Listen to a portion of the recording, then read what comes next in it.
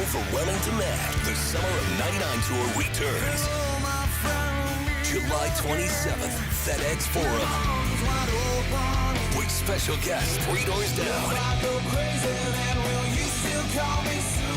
And Mammoth WVH. Tickets on sale now at livenation.com. Creed returns, the Summer of '99 Tour. It's time! Get it down! Bane drives. Oh yeah, oh yeah. Close, he hits and the Grizzlies have the lead. Yeah! Jared with a knockaway. Good defense! Morant attacking, spinning, hanging, and hitting. Let's go! Let's go!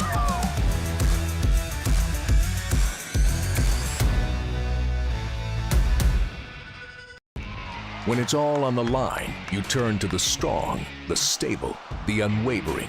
To those with a history of raising their performance to meet the moment. It's true in basketball. It's true in banking. Grizzlies checking from Pinnacle. Play hard. Bank easy. Open a Grizzlies checking account with at least $100 and a recurring direct deposit by August 31st. And you could receive a $200 direct deposit bonus into your account. Details at grizzliesbanking.com. Member FDIC. Thanks for showing up, Memphis. Nothing beats catching your Grizzlies IRL, and nobody knows that better than you. So next time you want to hit up a game, Ticketmaster's got your back with tickets to every upcoming matchup. Whether you're catching the Grizzlies at home or on the road, you'll find tickets at Ticketmaster, the official ticket marketplace of the Memphis Grizzlies and the NBA. Keep putting that jersey collection to use and get Grizzlies tickets today. There's no better brag than saying you saw it live. See you courtside again soon, Memphis. Yesterday was the talk of the town. It was a cow on the side of the road. Do you live close to a movie theater? I'm just curious because maybe the cow was trying to go to the movies. Tune in to the Jessica Benson Show with CJ Hurt live every weekday at 8 a.m. on YouTube at Grind City Media and the official Grind City Media app. Can't wait. It's time to get it popping. It's gonna be crazy. The fans are gonna be loud. We need just energy. We're gonna need, the Forum rocking. We're gonna need, everybody in Memphis to be out there to come to support. When the fans are good, we're good. Simple as that. A Bane 3, yes sir! Desmond Bane with ice water in his veins. We'll ride the energy together. Kroger shoppers and Grizz fans, one exclusive last-minute discounted ticket deals takes it straight to you during the Grizzlies 2024-2025 season. Sign up with the new Kroger Buzzer Beater deal. Fans can sign up by texting Grizz to 636-479 or visit your local Kroger store in the Delta Division and scan the QR code. By signing up, you agree to receive recurring automated promotional and personalized marketing text messages from the Memphis Grizzlies. Consent is not a condition of any purchase. Message frequency varies. Message and data rates may apply. Shinedown. Dance Kid Dance Tour. Live in Memphis. FedEx Forum Saturday, August 30th. With special guests, Bush and Morgan Wade. Get tickets now at livenation.com. Shinedown, live in concert. For more, visit shinedown.com. Grizzlies fans, dunks, dimes, and no-looks are great on TV, but nothing compares to catching them IRL. And that starts with buying tickets at Ticketmaster, the official ticket marketplace of the Memphis Grizzlies and the NBA. Ticketmaster gets you to the game so you can catch every highlight in person. From seeing your favorite Grizzlies stars up close to hearing the squeak of the sneakers on the hardwood. Put that jersey collection to use and get tickets at Ticketmaster. There's no better brag than saying you saw it live. See you courtside, Memphis. Debo traded from San Francisco to the Commanders for a 5th round pick. There's no other sport where you would get a player of his ilk for a 5th round pick. Over under total yards for Debo. If they set it at 1,000, you think he hits that over? Total yards? Total yards from scrimmage, total yards. Yes. Okay. Yes. The Odds Couple, live at 2 p.m. on YouTube at Grind City Media and the official Grind City Media app. Live Live from downtown Memphis, this is the Chris Vernon Show on YouTube at Grind City Media and the official Grind City Media app.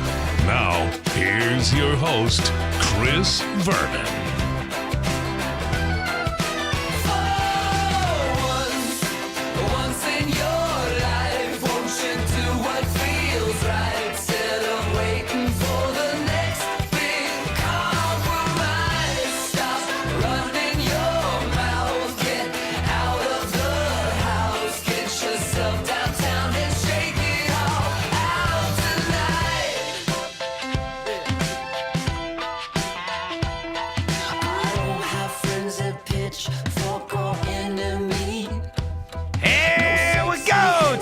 GrindCityMedia.com. It's Chris Vernon Show. Welcome. It is the Wednesday, April 9th, 2025 edition of the show. Today on the show, Grizzlies win. Grizzlies win. They got a win in Charlotte last night as we are hurtling through the last week of the NBA season. They're going to be back at home for the biggest game of the year tomorrow night. We will get to what happened last night in Charlotte. Devin Walker was there in attendance as we had the scare of all scares with Jaylen Wells, had the performance of all performances from John Morant and Zach Edey. We'll get to all of that. Braden Thornberry is our favorite PGA Tour pro. He's going to be in studio preview the Masters for us. Kinfolk Kia Shine is going to be part of 191 Collab. He's going to join us in studio too. We got a ton to get to. It's a Wednesday. Look at how beautiful it is outside. Smile. Let's do it. Turn it up.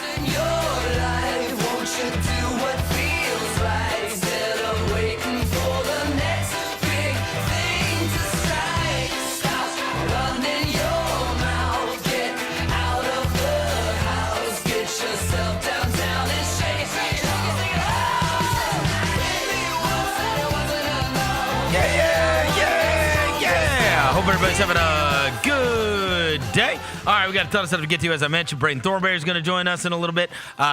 Kinfolk Kia Shine is going to join us in a little bit, but we have a ton of stuff to get to from last night and this past weekend as Devin has made it back in town. Before I get to anything, I welcome John Roser to the show.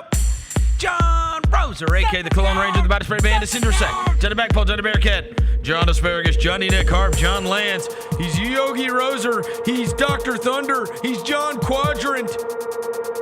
Hello, John. I'm John Reb tonight.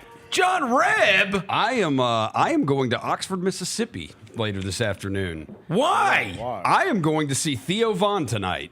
Oh, he is playing Theo at the Ole Miss's basketball arena. He is performing. So yeah. How about that? Well, you could get you some Theo Vaughn. Steak and Shake or some Raising Cane's. I love that basketball arena. Good food. How much were tickets to that thing? Well, secondary market were on the pavilion level. I think it was like 90 a piece. Oh, that's not that bad. I think the upper level it's like 50, 60 a piece. Wow. All right. So look at Roser. Going to be John Reb. I'm glad. I was worried what you were going to say. You know that they smoked Memphis last night in baseball. They did. Keep up, man. Of course, Mike Keep Bianchi. up. You know he's Keep up. You know they had a down Tap season in. last year. Tap Had a in. down Tap season in. last year. Tap in. So Devin Walker's here. He is the microphone mangler, Senor Quasadilla, Mr. Math, Navajo Joe, the reporter, the photographer. He's Walker 93. The real is back. The veil is back. Flo Banana here peeled is back. Okay, so when we last spoke, you were going to be heading on a plane, and you said one of your buddies from the Charlotte Hornets had an extra ticket to Dreamville. Yeah. As great friends, Roser and I both said 100% you will never regret it. Go. Yes. Spread your wings. Head to Charlotte or Raleigh or wherever and go check out Dreamville. We need to know the update on how Dreamville Festival, hosted by one J. Cole, went. It was amazing. Amazing. It was the fifth one. It was the last one. It was the last one he's supposed to ever put on. Yeah, but he's retired 5 times, so there's probably going to be more. Don't do that. Don't do that. He did say that in his performance, he was like, "This is going to be the last. It's going to be the last festival where my name is on it." He said that at the end of his performance, so that's cool. But Joe, it was so dope. It was like I compare it to a cookout, right? Yep. It was like a cookout with like some of your best performers performing. Like one night I saw Glorilla. Then I saw Wale. Then I saw Erykah Badu. Then I saw the vibes were immaculate. And I sent y'all videos. You were sending us videos that Glorilla is a star. She's a star. And it was so many people there. But other festivals I've been to before, the festival crowds are tight. Everybody's on top of each other, bro. At this festival, it was a big crowd. You see photos, the crowd's OD. But everybody was giving each other space, bro. It was all right, you get I think that's a Southern thing. Yeah, you and get they're your not space. raging either, yeah, right? No raging Generally going on. nice people. It's sometimes when you get to the coast, these people are been stuck inside, or they ain't got. They're angry about something. They use this the concert experience to get out their aggression or something. I think it's raging, jumping around.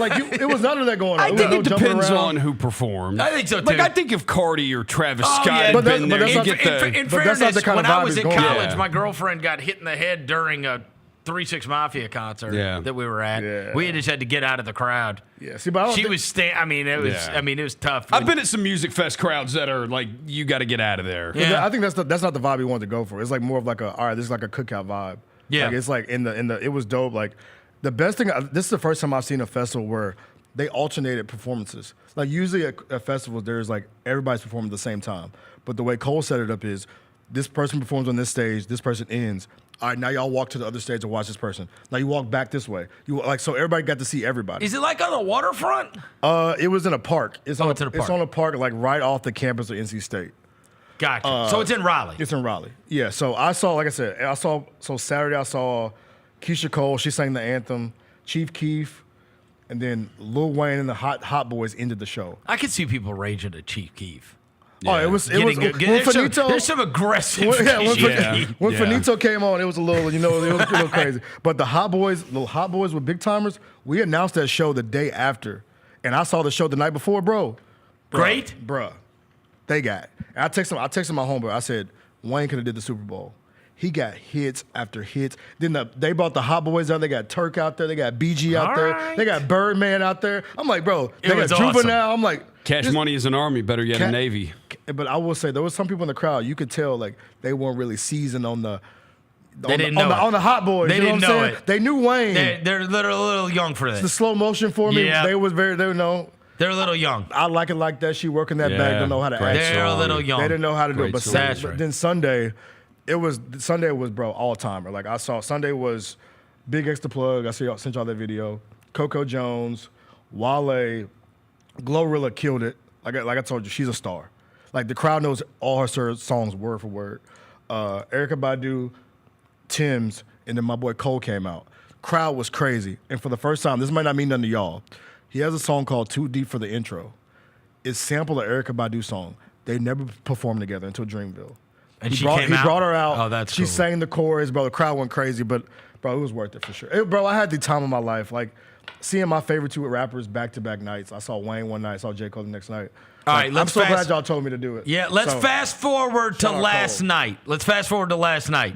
What is it like to walk into the Charlotte Arena, with 5 games left in the season, and Zombie land? Is it really, bro? They don't care.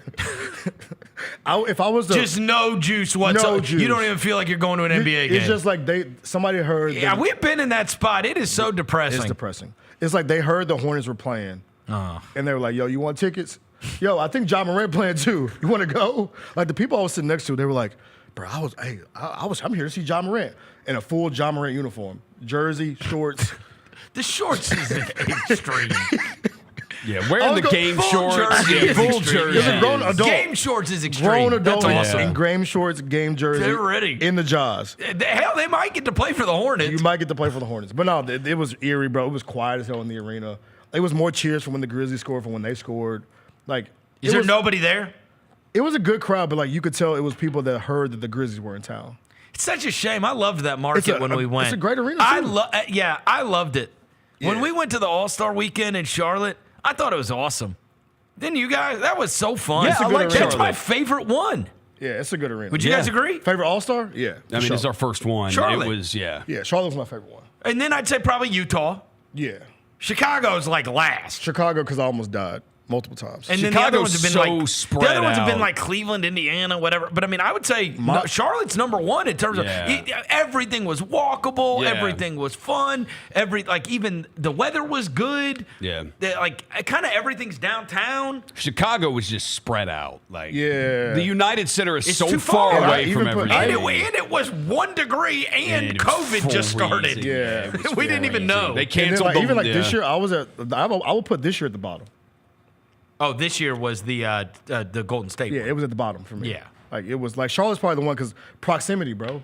It's great. Like, everything's on one street for Everything. us. Yeah. Everything. If they ever got it cracking there, it's a good market. It is. But the thing you know what is, I mean? For a small market. Yeah, we like Charlotte. but We they like ain't gonna get it Charlotte. cracking, bro. Because I was asking, I was like, bro, when the last time y'all been like good? I don't know. They get a high draft pick. They They get got Cooper. Miller. They got LaMelo. They LaMelo. got a couple guys. They got Mark Williams. I mean, they got a couple guys. They got some, they've got just the needs to be outline organized. Of, yeah. It needs to be They gotta go organized. out. That's a team that needs to add vets. Yeah. And that's a team, add some vets to the mix. They tried that this year. I thought they were going to be more reasonable than they've been with the addition, Seth New Curry coach. and Grant Yeah. Williams. And they had, Todd Gibson. Like, you remember when they showed up, it was like, this is weird, but it's intentional, Yeah. right? Here's some adults, here, whatever. But then the whole thing just went to hell with injuries, and Then then they it was, Yeah.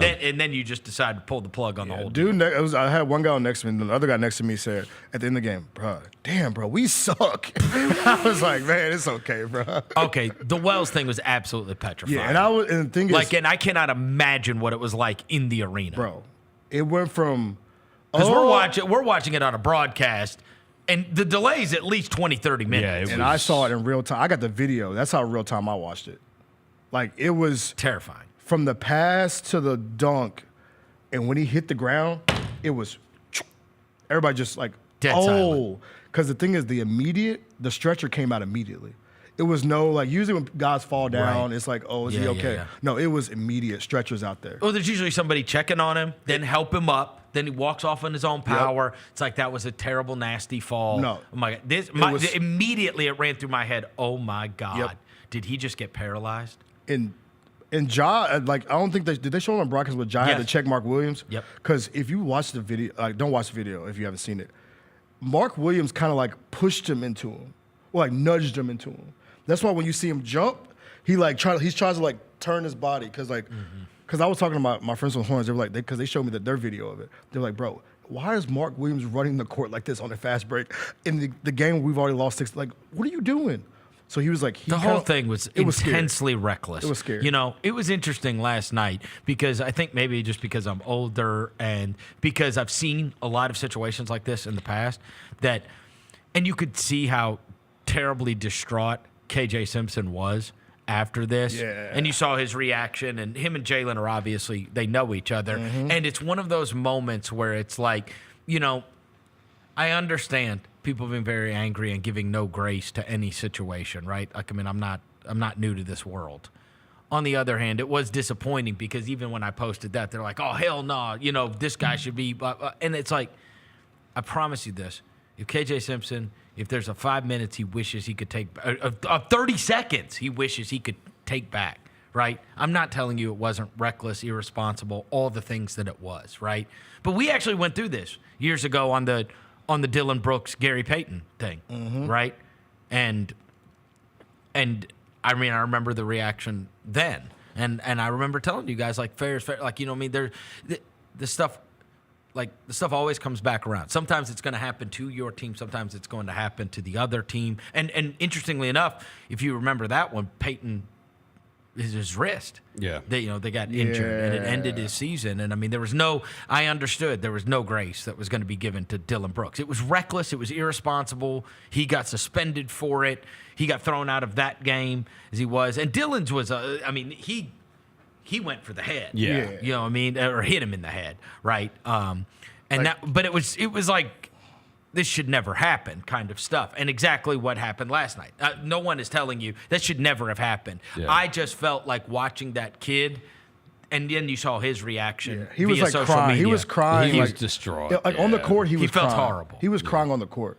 Like when they were like kind of like trying to get Jaylen up, like his eyes were like red, like poofy. He was crying because he was like, that's my guy. Like, I didn't mean to hurt my dog, man. Like, so yeah, it was tough. And I'm sure they That's grew why I up. deleted They the both video. grew up in California. Yeah, both Sacramento, Pac-12 LA, guys. They just did an interview with him the day before or 2 days before that, and he was talking about, I can't wait to play against Jaylen. Simpson and Wells. Yeah. They've He was known like- each other for a he's long like, time. I can't wait to play against It Jaylen. was, Yeah. I mean, it's just an insanely regrettable situation all the way around. And then obviously what's running through our mind is, oh my God, is he okay? I was so glad that his father, Fred Wells, posted on Twitter last night. That update was the best update ever, which was he is up, he is alert, he's conscious. He asked what the score was, and it was like, oh, this is not going to be a tragedy because you sat there. I mean, I was spooked, man. Like, seriously scared that was a tragedy. I mean, he lands. It is such a nasty fall. It's a disgusting It is so fall, nasty. bro. And it's like, dude, is this career and life altering? Yeah. That's what runs through your head. And in the end, it is horrendous that his season ends like this and that he's got a broken wrist, but it's not career and life altering, right? Because it and obviously, look, it goes without saying it should have never happened. Should have never happened. Yeah. The good thing was, in the game, I know how hard that must have been to take care of business. They had already taken care of business, I mean, by the time that happened in the game. But then they truly took care of business the rest of the way. And so now they have set themselves up where, as we have talked about, they have the opportunity to control their own destiny, right? They are not at the mercy of the others. They're not at the mercy of the others when it comes to this. So the first thing is, let's speak on Morant has been fantastic. Like, this is now 10 games where you could go back for the last 10 games, and his numbers have just been phenomenal. He's been piped up for sure. He's been great. Yeah. And then the other one 30 points per game, 7 assists, 5 rebounds. Amazing. Yeah. I mean, like, all season we have talked about how do we figure this out? Like, how do you serve two masters, which is what is best for the group and best for Morant, and is what's best for Morant best for the group? Because what we cannot have is him getting no screens and playing thumb wars with Mikal Bridges in the corner, right? We talked about that over and over again. And it was like, and also more than that, it's the bounce. It's the way his energy impacts the rest of the group. The other one that has gone nuclear over the course of the last 4 games is Edey, who has been fantastic. I told y'all, believe in the big dog, man. I'm going to tell you something. Big Maple, man. Let me tell you something. There is nothing. We have not had a guy with a weird hive like Edey in a long time. I guess there have been so many massive arguments that I am unaware of on Twitter. That's the only thing I can figure out. There's a lot of them. Okay. Yeah, there's a lot of, like, so I don't have an battles. awareness of how severe this is. But obviously people will even take anything we say about the situation. And I try to explain to people, like, look, I want to be clear about this. You can clip this. The only thing we care about here is if the Grizzlies win. That's it.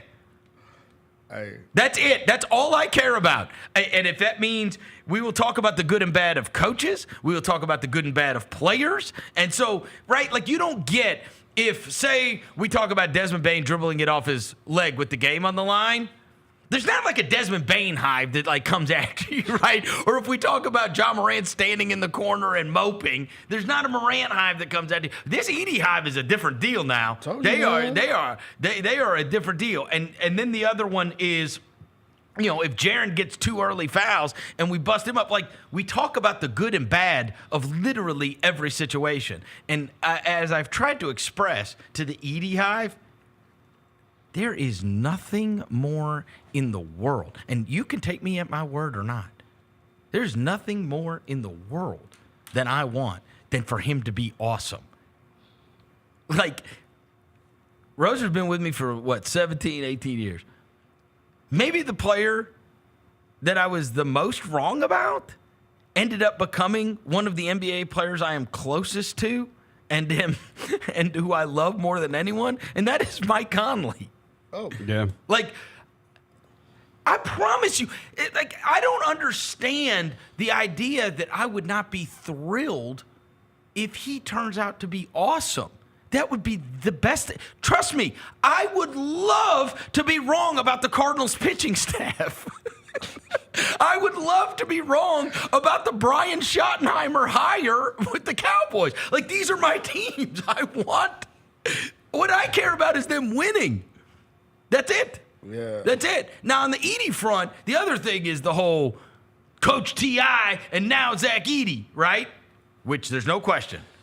The numbers are the numbers. He said it before. We're setting more ball screens now. So 13.6 rebounds in the 6 games that Coach T.I. has coached. He has double-digit rebounds in 5 of those 6 games. In 5 of 6 games. He had not had double-digit rebounds in 5 of 6 game stretch at any point during the season. And I am not telling you that the adjustments made by Tomas Iasola have not been massive for him. And more importantly, this is what I feel. Forget strategy-wise, right? Because, look, the guy's been next to the rim. You can grab the ball anytime. Yeah.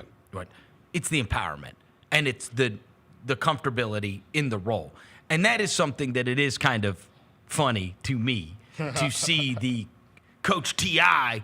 Bro, if we're being fair, he has no choice. He has to be. He has to be.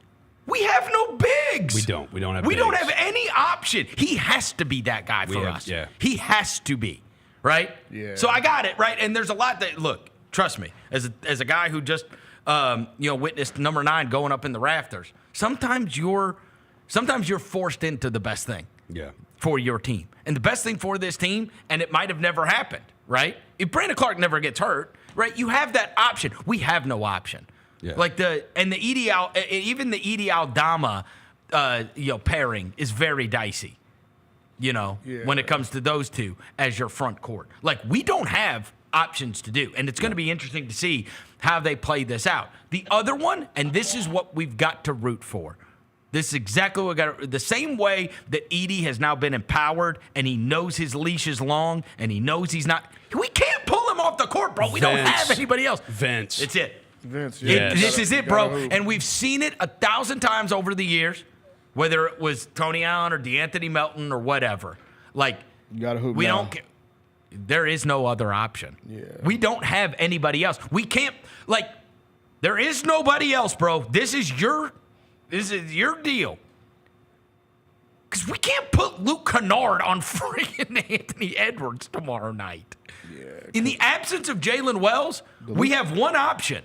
Did Luke have 0 against the Hornets last night? No, we have one. No, he couldn't hit a shot. Bro, we have one option. We have Vince Williams Jr. And then your other perimeter defender guy is going to be Scottie Pippen.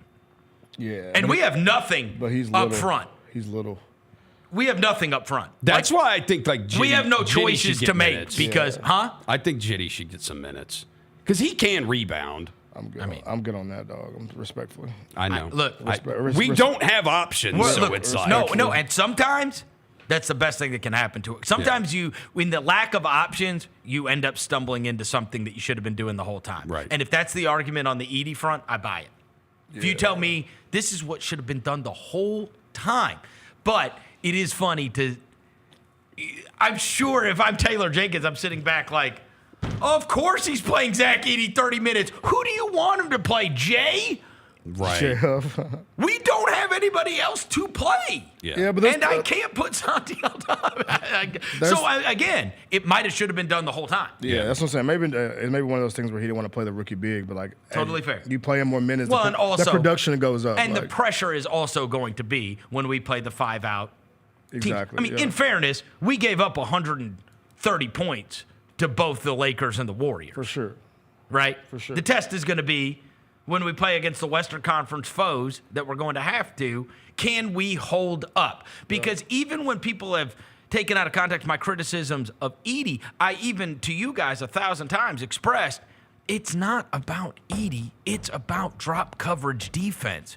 And we don't have Jaden McDaniels, and we don't have Anthony Edwards, and we don't have Drew Holiday, and we don't have Chris Smith. Like the kind of guys, right? When you see the teams with Brook Lopez, or you see the teams with Rudy Gobert, you see the teams with the teams that do this on a regular basis, right? Like when we played against Boston, right?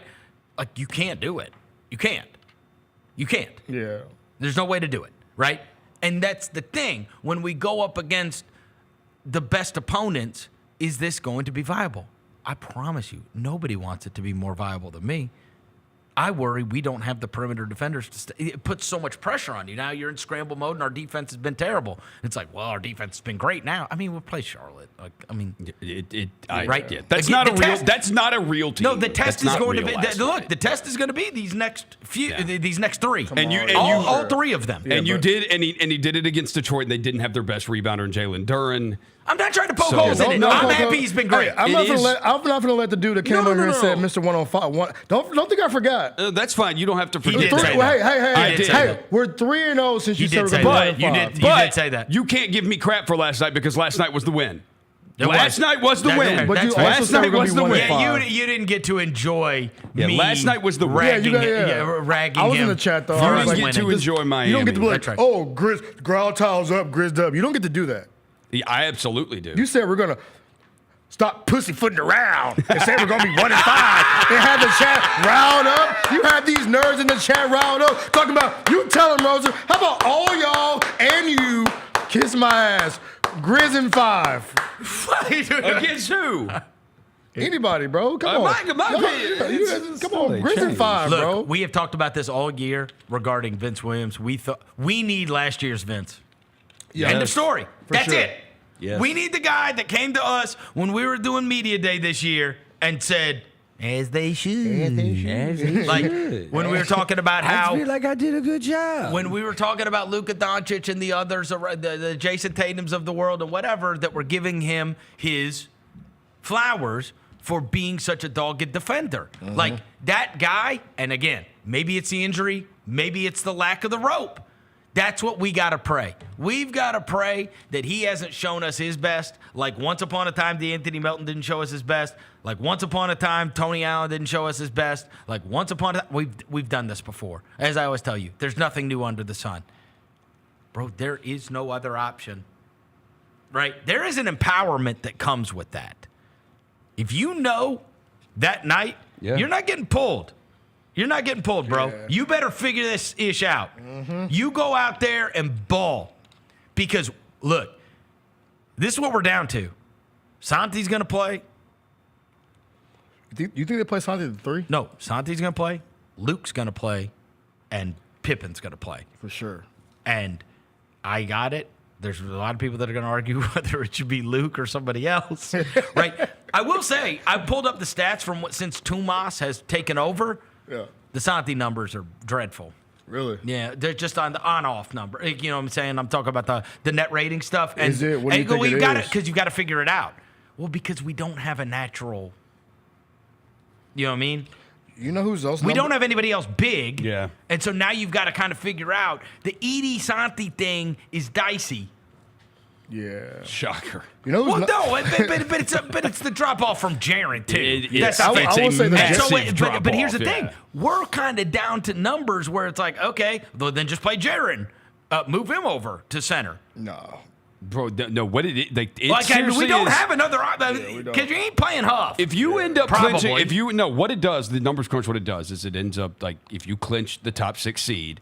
What it does is it shows Jaren has got to stay out of foul trouble, and Jaren John does have got to play 40 minutes in the playoffs. Like they have to. Well, play this is. I'm saying the Brandon thing ends up becoming massive. Yes. Yeah. Because we just don't have something else. There is no other big to put in. Yep. Jay's the only other one of size. He can't move worth of nothing. So it's like, well, he'll be targeted. Yeah. Right. Every possession. Same. The Jaren thing, I've noticed this too. His numbers are not like the craziest anymore because every team's double teaming him now, and that's what makes the Ja thing so like important for me. Yes. Because like I watched last night. I watched the game before that. When teams double Jaren now, he gets to the Ja quick and he's shooting a gap now. Yep. And it's like making the game. I'm like, yo, this is the way it should be. Like you cooked all season to set us up for this moment. You know what I'm saying? Where now you can get Ja pause. Des can get off. Like it's like okay, this because you could. He's visibly frustrated. Like he was frustrated as hell. I was watching. He was like not happy. But I was like, bro, you think Ja had 30? You think they would move? You think they would move Santi? Move him where? Move him where? No, to the 3. Yeah, that's what I said. I said I think he might play 3 because I think he's. You think it won't be? I think he's gonna play some 3.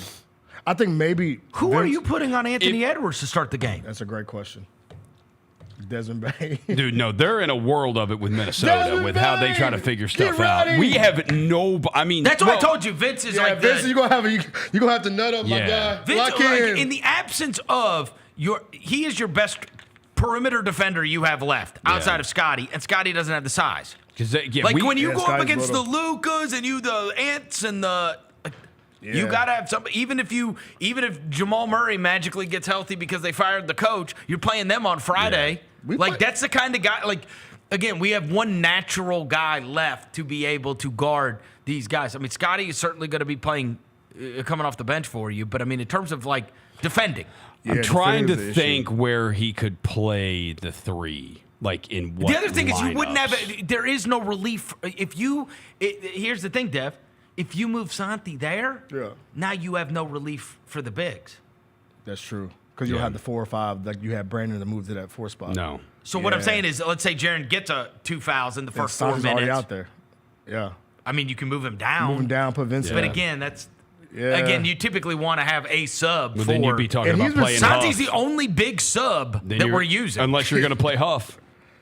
Unless you're going to play Or Lamar Stevens. I think I wonder if you play Lamar against Minnesota. I think you would. Because he's got size. He does have the size and athleticism. Bulk, you know what I'm saying? A little athleticism. So that maybe he could get into the mix. Yeah. You can put him out there.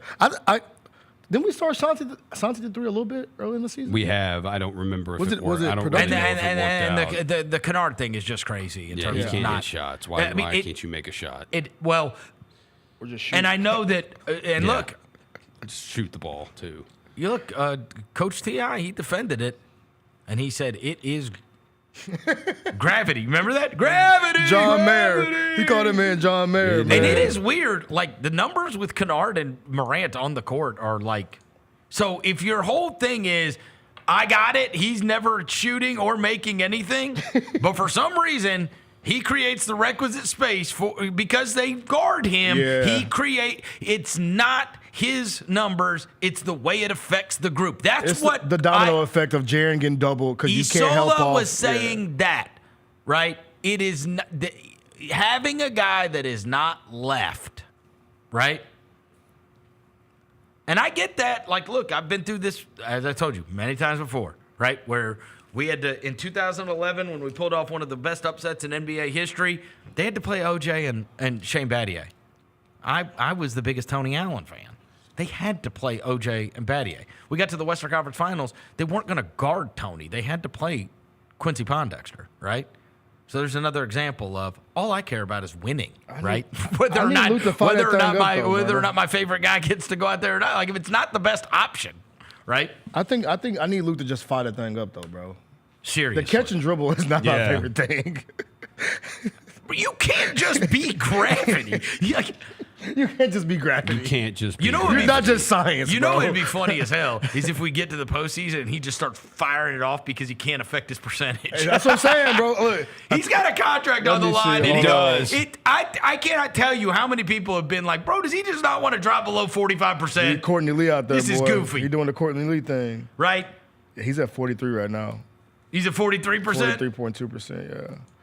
Like, just shoot Go come out and go 6 for 6 tomorrow night. You got to get those numbers back up. I know, right? Just because you are open. It's like one of those things where if he's not open, he's not going to shoot it. But it's like, yo, just shoot the ball. You're the best shooter we have, other than Dez. Right. Like, what happened? I know. He's acting like we wanted Vince and Gigi to act. Keep the ball moving.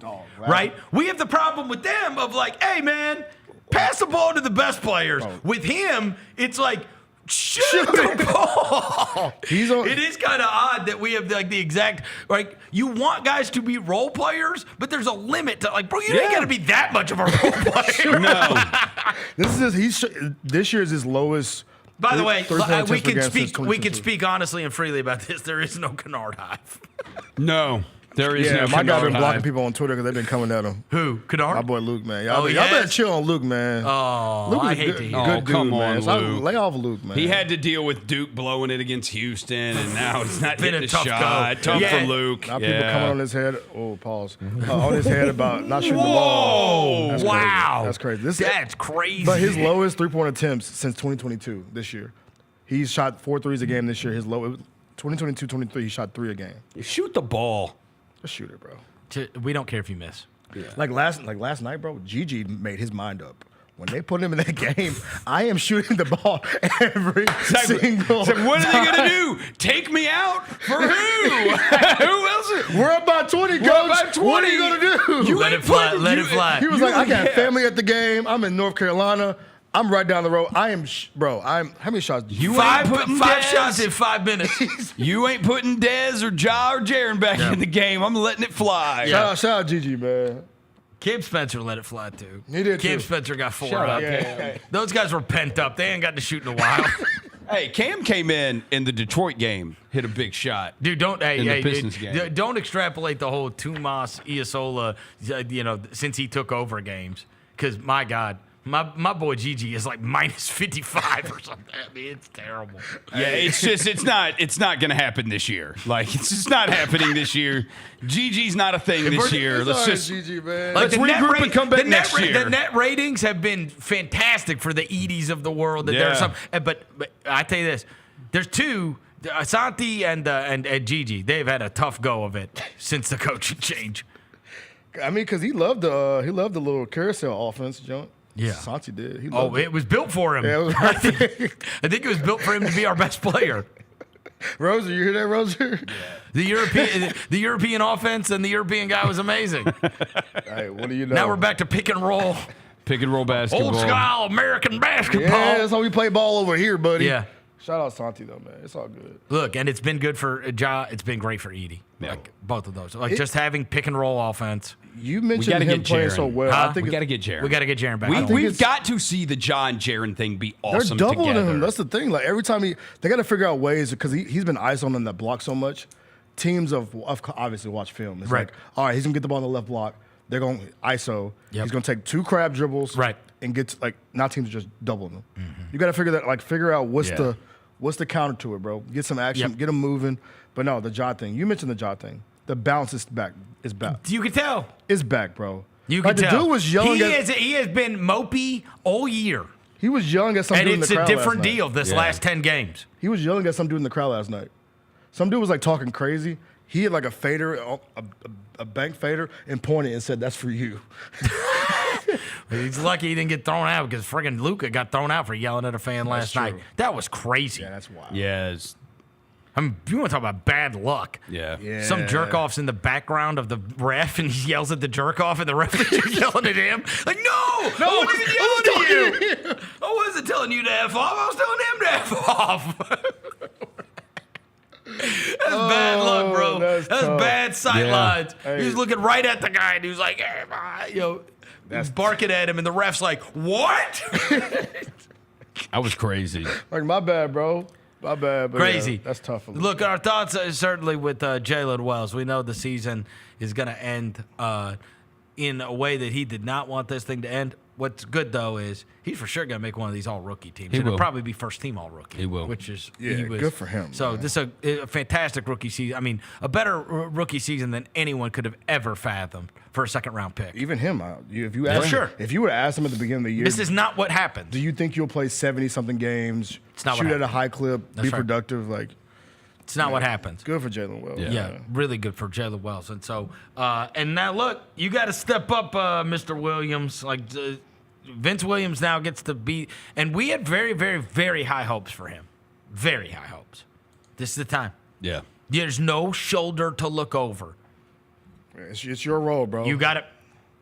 We don't have anybody else. Yeah. Right? And you see that empowerment that does take place, which I totally buy. The empowerment that's taking place. Zach Edey knows he's playing 30 minutes. Mm-hmm. And you get a different guy, right? You get a different human being. You don't get anybody tentative. You don't get anybody worried about making mistakes. Go play. Your spot is secure. There is an empowerment that goes along with that. I've seen it happen 100 times. Yeah. I've seen it happen 100 times. And the same we've got to pray is true for Vince Williams, which is, bro, go. Yeah. If you make a mistake, you're not. We don't have anybody else to guard Anthony Edwards, bro. Like, we need you. So your ankle better heal fast. Yeah, whatever is the maladies that have taken place, like, we ain't got time for all that. Here's your chance, bro, because you're about to go out there and you're about to play real minutes. And that's a fair criticism that we have made throughout the year, which is so many times guys just want to know what's expected of them. And you can kind of read into it when – Zach Edey has talked about the trust and the trusting each other and but guys just want to know what is expected. Like, not that I might play 26 minutes if I play really well, but I might play 12 if I'm not. Like, and once you take all the options away, I mean, sometimes it can work, the wrong way, which is I'm Calvin Booth. I took all your options away, but it doesn't matter. Yeah. Right? But in this case, we don't have, yeah. Bro, we're rolling with you. It's what you got. Because we don't have a choice in the matter anyway. So please, God, you better grow up fast. I'll take a little bit of Lamar too, because I like a little bit of him. But as far as Vince though, you got to do it now, bro. Because this is your chance. Yeah, Lamar, I want a little sprinkle, maybe 12 minutes of Lamar. You know what I'm saying? Depends on who you're playing. Depends on who you're playing. Like an Anthony Edwards type. Right. He's your right. You can throw Lamar out there. He's your other chance to get a defensive stop on the perimeter. Jaden McDaniels. They got a lot of athletes. We ain't got perimeter defenders, bro. We out there Olayin, bro. We be out there Olayin praying that Zach Edey or Jaren block a shot. What are we gonna do? We gonna sell out on Ant? Just make somebody else beat you? He'll still shoot it a million times. What a big game that is. Oh my God. Massive. Hey, what the hell happened to them? Get the grenades ready. Dude. I'll drop a bomb on you. Kevin Porter Jr. happened last night. Man. Dude, that was like all the Bucks thing. Oh my God. That was insanity. 40-13 in the fourth quarter. Yeah, that's a choke. Shout out to the Bucks. Shout out Chris Finch and them boys. Shout out to the Bucks. You know what? I looked at the T-Wolves schedule because they were, up until last night, they were 14-3 in their last 17. So they're now 14-4 in their last 18. 2 of those wins are against Denver, and they've owned the Nuggets. The rest of them, they're whatever wins. They ain't beating anybody either. Hey, Roser. Yeah. I'm done listening to you. Yeah, bro. Fair. You don't get to talk about people getting wins. I'm done listening to you. Okay. You know why? You know why I am? I'll be the bad guy. I didn't know. I'm not going to make you the bad guy. I am. I'll be the bad guy. I mean, okay, you could be the bad guy. But I didn't even bring this on the air. I didn't bring it on the air because I didn't know what was going to happen. But you last week came up to me and you said, since the Grizzlies swoon, since it all started and it all started going badly, you said, I did all the numbers. I did it all. I looked it all up. And yeah, we don't beat anybody good. But guess what? Houston doesn't either. Their schedule just got easy. That's it. And then I watched them beat. And they beat the Warriors, dude. And the Thunder. And the Thunder back to back. They did. So you. Yeah. Well, all your little analytic notes, buddy. Up until that point, I was right. If you look at the schedule, I was right. They ain't ever won nothing. Yeah. Until they won something. No, we're gonna find out. We're gonna find out tomorrow night. 8:35 tip with the potential for a 10-minute slot. I don't want to hear no 8:35. Are you with us or not, Roser? Hey, this is true though, Devin. This is very true. This last we played, look, I don't. That is not a real team we played last night. That's fair. But look, the 2 other teams you predicted losses. You did. I so did. You don't get to talk about you don't get this. to talk about me last on night. the other end, I get to talk about this. We caught Detroit with no Jalen Duren, and they got in at 3 a.m. after they clinched in Toronto. So it was a good spot for us. They had a good night. And Desmond Bane was amazing. Yeah. It was a good spot for us. I know we had to do it without Ja, right? And then we'll write off the Charlotte thing. And Ja hit a game winner against Miami, which was amazing, right? So there's a pigeon. Look, those games, bro, for being fair, that's our record. That's who we've beaten all year. Yeah. Which is the mid to Eastern Conference teams? Mid to bad. You gotta do what you gotta do, man. That's who we've beaten. We've got 3 games left. We've beaten Minnesota too. So 3 games left to find out. Yeah. We got Minnesota, we got Denver, we got Dallas. All those teams are going to want to win. Yep. All of them. Right? None up or shut and up, I got baby. it. Denver is a terrible spot. But you are so far off in your prediction already that you don't have any credibility. Yeah, you said 1 and 5. I have all I said the 4 and 2. credibility. What'd I say? I said 4-2. You did too, I think. Yeah, 4-2. Yeah, Roser. I thought we could get to gosh, 48. we got two and you little said, freaking and you, parrots and you over said, here. and you said, you've been talking about that. Oh, You've gosh, been saying that y'all the are- whole time. Oh, y'all are- Pussyfoot, Johnny y'all are Pussyfoot. Johnny No. Pussyfoot. Johnny Pussyfoot. Don't I didn't pussyfoot know. now, Don't quarter zip pussyfoot guy. now. This isn't Don't pussyfoot now. I didn't realize we were doing a show Hey, with two little hey, parrots. hey, hey. 4-2, Mike, 4-2, Hey, Mike, hey, 4-2. don't pussyfoot Don't now. pussyfoot Parrots now. over here. Who's Don't pussyfoot pussyfoot now? now. Parrots Who over is here. pussyfoot I'll now? be the bad You're guy. John No. Pussyfoot. Don't try to flip I'll it. be the No, bad it's guy. not the bad guy. You Yeah. were waiting for them to lose. You're like, I told you guys. I tried to tell you. I was the one that's being honest around here. You guys were just pussyfooting around. Pussyfooting. Oh, you're still not honest. That's it. but- I'm honest. it. I'm honest. Go Grizz. I don't give a piss about nothing I but the believe Grizz. you're honest about Go Grizz. Grizz Grizz and 5. Grizz and 5. Look alive, Look, Grizz two. and I don't 5. Look alive. I don't know. I Grizz don't and give a 5. Grizz in the play-in. Yeah, Grizz, hey, let's go, baby. Get the grenades ready, Just baby. stay out of the play-in. I think Just he's- stay out of the play-in. I think he's about to fire up some more celebrations. By the way, Oh, God. I don't think that's gonna be the only one. Good. He should. If he does all the emotes. It's gonna be All no. the He's about to Fortnite just emotes. emote. Like it's not gonna be. It's gonna be like ninja stars. Yeah, like take out the like you know he's a troll, bro. yes. I'm aware. He's gonna start doing like Bro, I thought that was funnier than hell last night. bro. All right, we got to take a break. Let's go, Braden. Braden Thornberry is going to preview the Masters for us on the other side and tell us what it's been like on the PGA Tour the last couple of weeks. Chris Vernon Show. Honor of George Foreman. Yep. Decided to do a pick six on 6 greatest heavyweight boxers of all time. Number 4, my guy, Mike Tyson. There is no greater feat that I've had. Like if I had my Mount Rushmore of things that I've accomplished in my life, the very first time I beat Mike Tyson in Mike Tyson Punch-Out. Get all of your HBCU sports and culture news by tuning in to HBCU Huddle with CJ Hurt and Mike Wallace. New episodes drop every Thursday on grindcitymedia.com, YouTube, and Spotify. Thanks for showing up, Memphis. Nothing compares to catching your Grizzlies IRL. And that all starts with buying tickets at Ticketmaster, the official ticket marketplace of the Memphis Grizzlies and the NBA. Ticketmaster gets you to the game so you can catch every highlight. Put that jersey collection to use for the next game and get Grizzlies tickets at Ticketmaster. Whether they're here at FedEx Forum or on the road, Ticketmaster's got your back when it comes to scoring tickets. And there's no better brag than saying you saw it live. Sonic Radio. Welcome back to Sonic RNDIO. That spells radio with me, the CIO. This just in, the new Sonic $1.99 menu lets you build a crave-worthy meal for just $1.99 an item. Whether that's a creamy shake, crispy tots, or a quarter-pound double cheeseburger. This just out. Ostriches. They're mean, not very cute, and in my opinion, way too big for a bird. Don't miss the Sonic Fun 99 menu. 5 items, always $1.99. Live free, eat Sonic. Tax not included. See menu for details.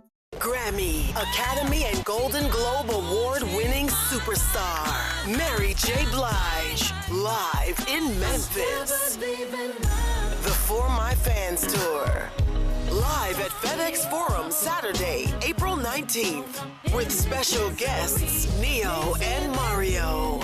Get tickets now at livenation.com. The iconic Mary J. Blige for one night only. Pump fake, a 3, it's true for Desmond Bain. FBK, fly by King.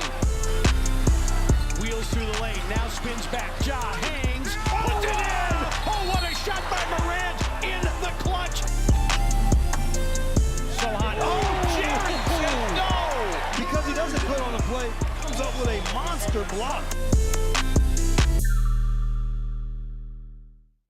I never in a million years would have ever thought that John Cena's final run would be as a heel. I love it. I love it. Once they saw this from The Rock, They knew it. Everybody knew it except for Cody, which was so good. Great camera work by And then the WWE. kick. Yeah, I don't think WWE gets enough credit for the camera work and the production quality. I mean, it is incredible. Tune in to Grind City Wrestling weekly on the Grind City Media app and on the Grind City Media YouTube channel. Thanks for showing up, Memphis. Nothing beats catching your Grizzlies IRL, and nobody knows that better than you. So next time you want to hit up a game, Ticketmaster's got your back with tickets to every upcoming matchup. Whether you're catching the Grizzlies at home or on the road, you'll find tickets at Ticketmaster, the official ticket marketplace of the Memphis Grizzlies and the NBA. Keep putting that jersey collection to use and get Grizzlies tickets today. There's no better brag than saying you saw it live. See you courtside again soon, Memphis. Anticipate each challenge. Make a quick response. Capitalize on every opportunity. And win. Greatness won't wait. It's true in basketball. It's true in banking. Grizzlies checking from Pinnacle. Play hard. Bank easy. Open a Grizzlies checking account with at least $100 and a recurring direct deposit by August 31st, and you could receive a $200 direct deposit bonus into your account. Details at grizzliesbanking.com. Member FDIC. Kroger shoppers and Grizz fans, want exclusive last-minute discounted ticket deals texted straight to you during the Grizzlies 2024-2025 season? Sign up with the new Kroger Buzzer Beater deal. Fans can sign up by texting Grizz to 636-479 or visit your local Kroger store in the Delta Division and scan the QR code. By signing up, you agree to receive recurring automated promotional and personalized marketing text messages from the Memphis Grizzlies. Consent is not a condition of any purchase. Message frequency varies. Message and data rates may apply. Let's face it, there's a lot of trash talk in basketball, but the great teams let their performance do the talking. Like Ford F-150 with Pro Power on board, a class-exclusive industry-first feature that turns your truck into a mobile generator and leaves the competition speechless. Ford F-150, official truck of the Grizzlies. Greatness starts here at your Mid-South Ford dealer. Class is full-size pickups under 8,500 pounds, GBWR. Welcome back to the Chris Vernon Show on YouTube at Grind City Media and the official Grind City Media app. Now, back to your host, Chris Vernon.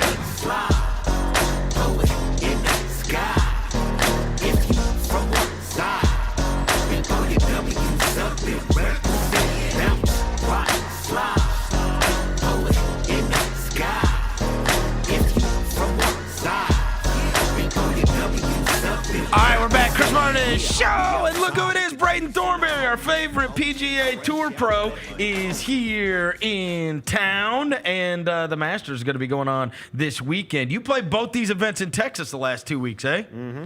And? I liked them. The Houston course, it's okay. Like, I enjoyed playing it. I don't know if it's amazing for a tour event. Like, it was just long, wide open, no rough, basically that. They said they kind of tried to like prep it like the Masters a little bit with like the short overseed rough, but like you could just hit anywhere off the tee. That's why like Minwoo won, hitting it 340 out there every hole. And he also, I mean, I saw them put up his chart, Minwoo Lee. He sprayed it everywhere. Mm-hmm. Yeah, he like didn't even hit fairway. Yeah, he didn't even hit the fairway. There was like maybe 3 holes where like there'd be water on one side. You could just hit it 50 yards left. But like greens were tough. It was long. So like it wasn't an easy golf course necessarily, but it was not exactly like a great test of like all the way through the bag. But then San Antonio last week is fantastic golf course. You love it. Yeah, it's. I mean, you got to hit it straight off the tee. So I mean, if it's a very hard golf course. It's probably in the top, you know. And what were you, +1? Yeah, +1. That's kind of been all year. I've just keep shooting like even par every week. It's like it's right there. Like I think 3 under was in like 30th or 4 under was in like 15th going the weekend. So I'm like right there, a couple good stretch. But it just seems like I can't quite get that like little run. I have a day where I absolutely stripe it and don't make the putts. The next day I'm like hitting it all over, saving par. It's like even par every round. Do you pay attention to the cut line on Friday rounds? Yes. I mean, it depends on how you're playing. Obviously, if you're, you know, you shoot 4 under the first day and you're 4 under through 9 the next day, no, you're not worried about it. You're worried about catching the lead or whatever it may be. But I mean, it's hard not to if you shoot, you know, even the first round like I did there, and then all of a sudden, you know, when you tee off, the cut's already 1 under. Like you're thinking, like I have to shoot at least 1 under to make the weekend. Do you think it alters the way you play? Even though you subconsciously, even though you're sitting there thinking and going, are you sitting there going, bro, I got to get some birdies, I mean, or else I'm not going to be playing on Saturday? I think strategy-wise, it doesn't really affect anything, but it definitely puts a little like anxiousness in there of like, you know, you got like par, bogey to start, and like, which is fine. You could still shoot 6 under doing that, but like you're like, all right, now I'm 2 off the cut line. Like I got to like get something going. But I mean, it's the same thing I've been dealing with for 5 years, and like so there's some weeks or some stretches you go on where like you have no issues, and just like every time that you get in that situation, you run off 3 birdies in a row, and then sometimes it feels like, you know, right now where I'm at, it feels like everything's kind of going a little against you at times. So it's just such a game of like confidence and momentum and all that kind of stuff. And you start seeing stuff go the right way a little bit, it can snowball pretty quick. Now that you've been playing this this PGA season, is it more stressful or more laid back than playing on the PGA Tour while you're actually out there? Are you saying Korn Ferry to PGA? Yeah. Korn Ferry is definitely more relaxed. There's more like camaraderie a little bit, like within players, because, you know, a lot of guys are college teammates and stuff, like freshly out there and stuff like that. And like more people stay together in Airbnb, stuff like that, to save money. The PGA Tour definitely is more like individual mindset. Like you'll see Xander over there and he's got his 5 people around. Spieth here, he's got his 5 people around. It feels like each person's more of like a business kind of, which is kind of, yeah, like where on the Korn Ferry, it almost feels like we're at Spring Creek and everybody's out there warming up with your caddy and you're going to see who can shoot the lowest score. But it definitely does have and not necessarily a bad way, like it's not like anyone's rude or anything like that, but it definitely does feel more like I'm here to do me, like this guy's here to do him, like it's and everybody's got their own group. Yeah, which not really. I mean, I feel like you like know who to mess with and who not to. Like there's certain guys like I wouldn't try to play a practice run with, but like in Houston, I went out there, I was going to warm up for like 15 minutes and then play 9, and Rory, right when I got there, Rory went off by himself. And like I think Rory's a guy where like if I was like, oh, like you mind if I join up, like he 100% would. So like that would have been cool if I'd have gotten there 15 minutes early. That would have been dope. Yeah. There's, you know, have you been paired up with anybody cool yet? No, because like we're in the category. No, they don't pair me up with anybody cool. The only way I'll be like is it'll have to be on probably usually a Sunday is when you'd probably get paired up with somebody good, because the category I'm in, you're playing with like other rookies and like Monday Is that qualifier. true? Yeah. They will never pair you up with. And if I win, I thought that was random. Well, it's random within categories, so it's like rookies, Monday sponsor exemptions are in this pile of 50. Oh, really? Yeah, so there would never be a tournament where you would show up and they'd be like, and today you're playing with Scotty Scheffler. You could maybe. Really? There's a little bit of leniency. Maybe like if Memphis was like it used to, like maybe they'd put me in a featured group with somebody or something like that. But for the most part, no. It's like this group of 50 people. And I didn't know that. Yeah, it's like tournament winners, guys that have kept their cards. If you look at the pairings, that's why so Jason Day shows up and he knows he's not going to be with some guy Jason that just Day's, got on tour. No, he's not. But okay. And even on Saturday, let's say we make the cut and we're both in 20th, like Jason Day, Rory, Spieth, whatever. There's still like when you finish on Friday, that's like your order. So even most of the time there, you're going to be with similar people because you're around them. You could be, but then Sunday's a totally free for all. Like if you were going to play with somebody like that, it would probably be on a Sunday. So these last 2 that you've played are Houston and San Antonio, right? Mm-hmm. What are the crowds like on Saturday, Friday, Thursdays and Fridays? They're like, do you feel like you're playing in front of big galleries? Do you feel like, you know what I mean, is there a level of nervousness? Or like with the rookies and the times that you're teeing off, is everybody all watching these massive names elsewhere on the course, and so you can kind of be yourself? It definitely is probably like when you see like Spieth, like it was Scotty and Spieth or somebody in Houston, like of course there was 600 people around them, like 3 deep everywhere. But like, and then like our groups probably have, I don't know, 20 to 30 kind of, because people kind of go around, like they know random names or they want to watch certain holes, all that kind of stuff. The weather plays a big part. Like if it's overcast, not looking great, may rain, I bet there's 10% of the people out there. If it's perfectly 75 and sunny, it is packed everywhere, every week pretty much. Gotcha. So like San Antonio was really good. Tampa at Valspar was really good. They had like around 12 there, they had like this thing called the Owl's Nest. It was like a Hooters tent and everything. Yep. And it was like absolutely slammed. They'll do stuff where like a birdie gets like dollar beers for 10 minutes or something. So like stuff like that, they get very like involved and stuff and makes it really cool. But so who is, in terms of being out there on the tour, what has not been like you expected it to be? What's been different than what you expected? It's been pretty much what I expected. Really? Honestly. Yeah, I mean, I'd played like 10 events before, so like I kind of had the idea. I mean, no, I wouldn't say anything. I just think that the biggest thing I've taken away is like the difference in like good finishes and like the cut line is so small. Where like this week the cut was 2 under, and then if you finished, like the weather was tougher on the weekend, if you finished 4 under, you were in like 5th place.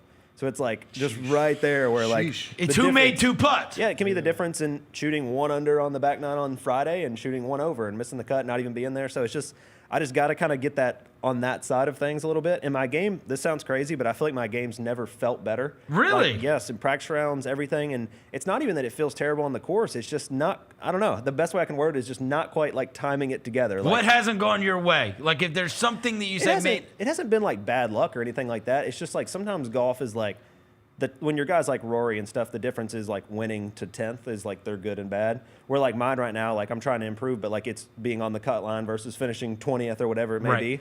And it's just that little bit of like, I don't know, like on Friday on the 4th hole, like instead of, you know, hitting this ball in the rough and making par on a par 5, it's hitting the fairway and being able to get there in 2 and like get that momentum going. And it's just little stuff like that. It's hard to kind of explain, but it's the line is so fine that a lot of times it comes down to like 1 or 2 swings that actually kind of like gets you going a little bit. But it's good though. You haven't left these things, even though you're right there near the cut. You haven't left these tournaments going like, oh my God. No, and two, like you're not sitting there going, am I on this level like, and questioning yourself? Right. You're rather leaving it going, I'm way close to this. You can take it, I guess, either way, because like I feel like my game is good and I'm not having success. So that sounds bad on the surface. But yeah, like what I'm saying though, it just feels like every week I'm kind of leaving thinking like, wow, that was just like 3 shots. Like I had 3 shots that I hit a bad chip or I hit 1 ball out of play. Like it was not a. This is gonna break my way. At some point, the dam's gonna break, and I'm gonna have the weekend I want to have. It doesn't feel like I'm going out there and be like, man, I'm just like putting every ball right where I want. I'm missing cuts. Like it doesn't feel like that. It feels like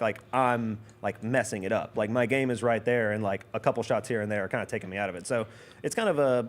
Do you find yourself under more stress because of the events and because of the wanting to make cuts? Like, do you feel a higher level of stress than you did like at a Korn Ferry event? Probably not. I would maybe say less even. Really? Just because, like, on the PGA, like, one, you're making decent money. And, like, next year... Can you explain this? Because somebody mentioned this to me. So, all right, if you want to get the complicated thing, forget, like, so when I see it and I go, all right, well, Braden got blank on whatever. And anybody can look up, like, it's public knowledge what the money list on all this stuff was. But once you made the PGA Tour, you get money up front. Yeah, they changed that pay like 2 years you ago, up front. So you are... I don't want to say a made man, but I mean, like, you have the money. Like, you're not sitting there having to make these cuts in order to, like, or else I'm basically losing money. Yeah, well, it's kind of funny. It used to be you would be losing money by traveling, paying a caddy, or whatever else, right? That's why they changed it, because there was guys that got out there and, like, the purses are big, but if you don't make any cuts, like, you're, losing a lot of money throughout the year. What's kind of funny in the situation I'm in right now is like the week that cost me the most money was the week I made the cut, because like we get the money up front and it's like it's like an advance. So you have to like earn up to that amount, then you start getting paid on top of it, you know? Okay. But like, so when I made the cut and it was like $17,000 or something. So I paid my caddy like the 8% or whatever, but I'm not getting that $17,000 because I already got it in the advance.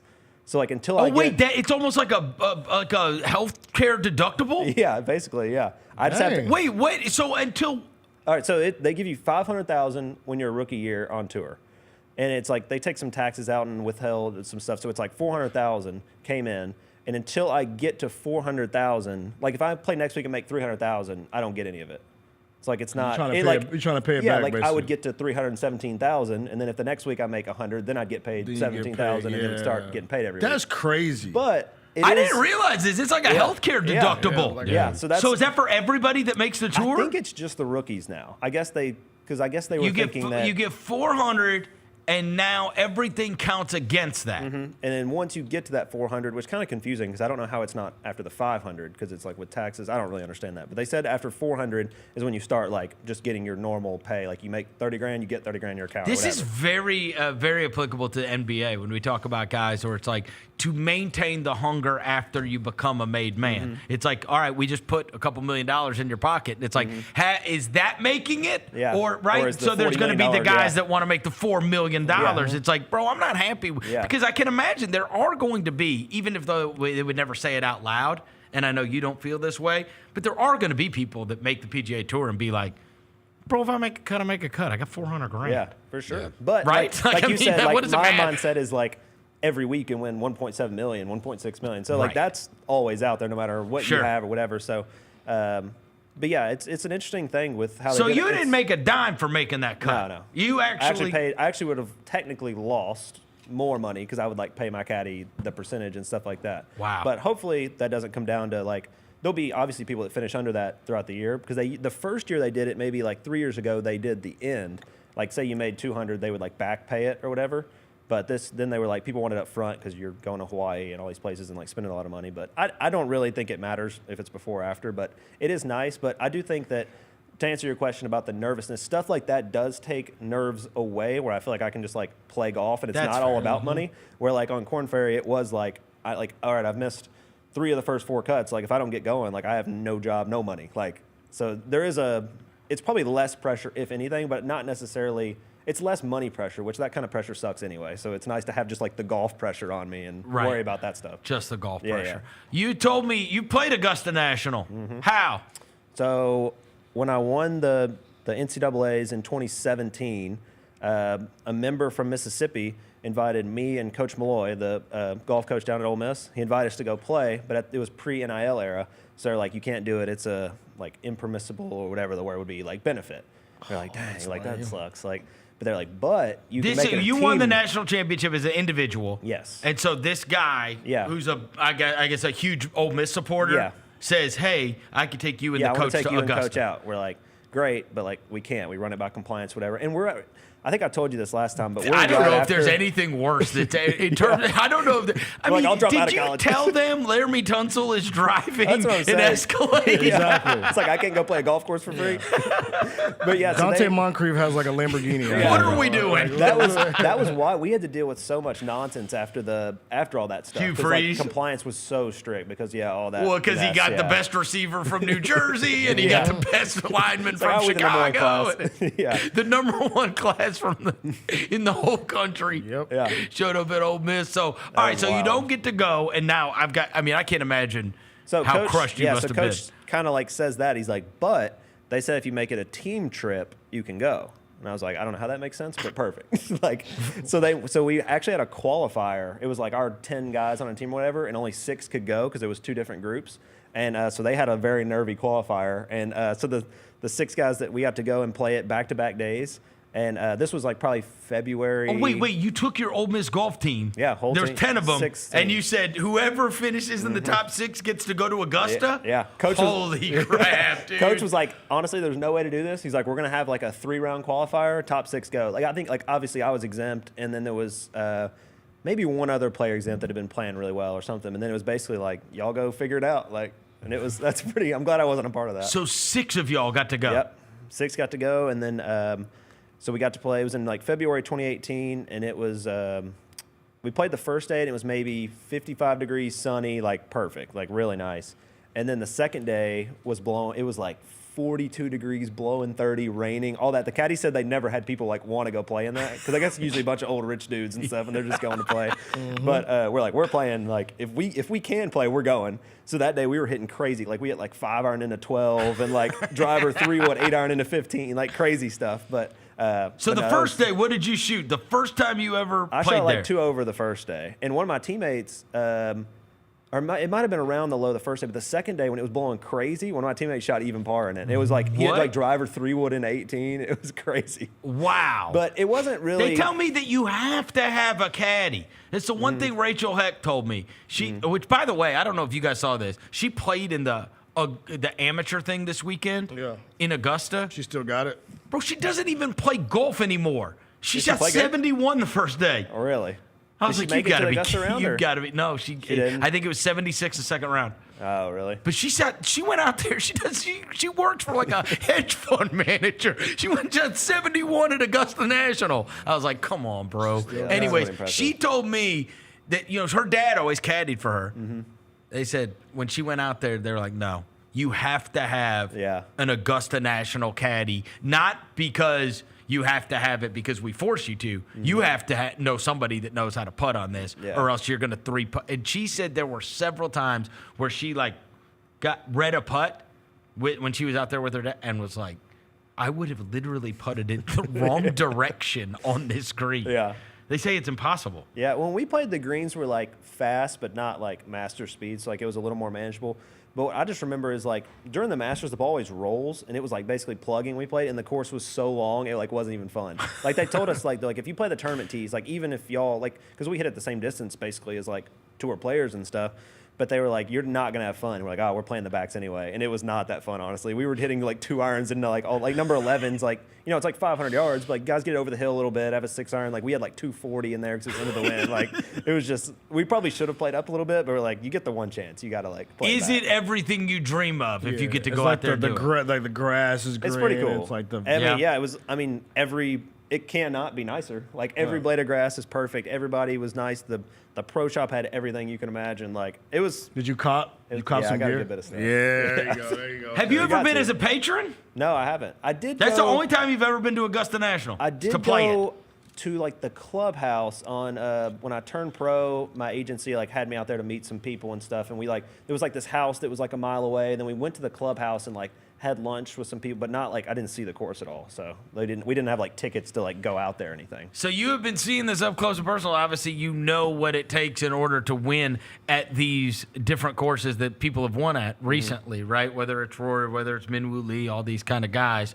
What do you think? Do you have a preference? Forget like personal feelings aside, but is there somebody that you think like this is going to be their year?